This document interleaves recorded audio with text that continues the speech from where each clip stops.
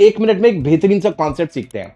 आपसे अगर मैं पूछता हूं, जरा मुझे बताइएगा, जब कभी भी आपने अपनी लाइफ में ये शब्द लिखा देखा है when, या आपने कभी भी किसी से when पूछा है, तो आप क्या पूछना चाहते हैं उससे? जब भी आप किसी से when पूछते हैं तो आप क्या पूछना चाहते हैं? ऑब्वियस सी बात है, आप पूछना चाहते हैं time, when will you come? Yes or no? When was the institute founded? क्या पूछना चाहते हैं? टाइम पूछना चाहते हैं। अब यहीं से एक बेसिक क्वेश्चन आता है, उस क्वेश्चन पर हम जो है फोकस करते हैं। मैंने कहा this is the most opportune time when we can crack a deal।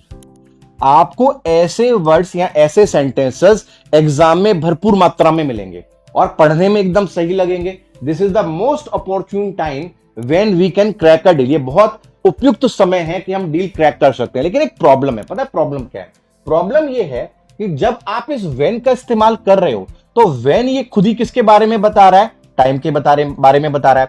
यानी जब आप इस व्हेन शब्द को देखते हो तो आपको पता चल जाता है टाइम की ही बात हो रही है। अगर आपको इसी व्हेन शब्द से ही पता चल पा रहा है कि टाइम की बात हो रही है, तो फिर आपने ये टाइम शब्द अलग से क्यों लिखा है?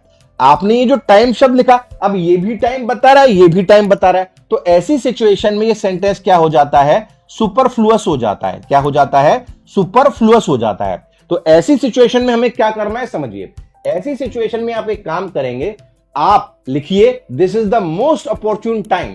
पहला तरीका यह है कि आप इस व्हेन को हटा दीजिए और इस व्हेन के बदले दैट लगा दीजिए। क्या लगा दीजिए? दैट लगा दीजिए। ये आपका पहला तरीका है सेंटेंस को सही करने का। आप लिखिए this is the most opportune time that we can crack a deal. दूसरा तरीका क्या है? आप इस व्हेन को रिमूव ही कर दीजिए और यहां पर कुछ भी मत लगाइए, सिर्फ ऐसे लिख दीजिए this is the most opportune time we can crack a deal. यहां पर कॉमा लगाकर आपका सेंटेंस तब भी सही हो जाएगा, बट कभी भी टाइम शब्द के साथ व्हेन का आप इस्तेमाल नहीं करेंगे। नीचे मुझे कमेंट सेक्शन में आप बताएंगे कि अगर इस सेंटेंस को सही से लिखना हो, वो कौन से 2 तरीके हैं जिससे इस सेंटेंस को सही से लिखा जा सकता है। क्लियर है?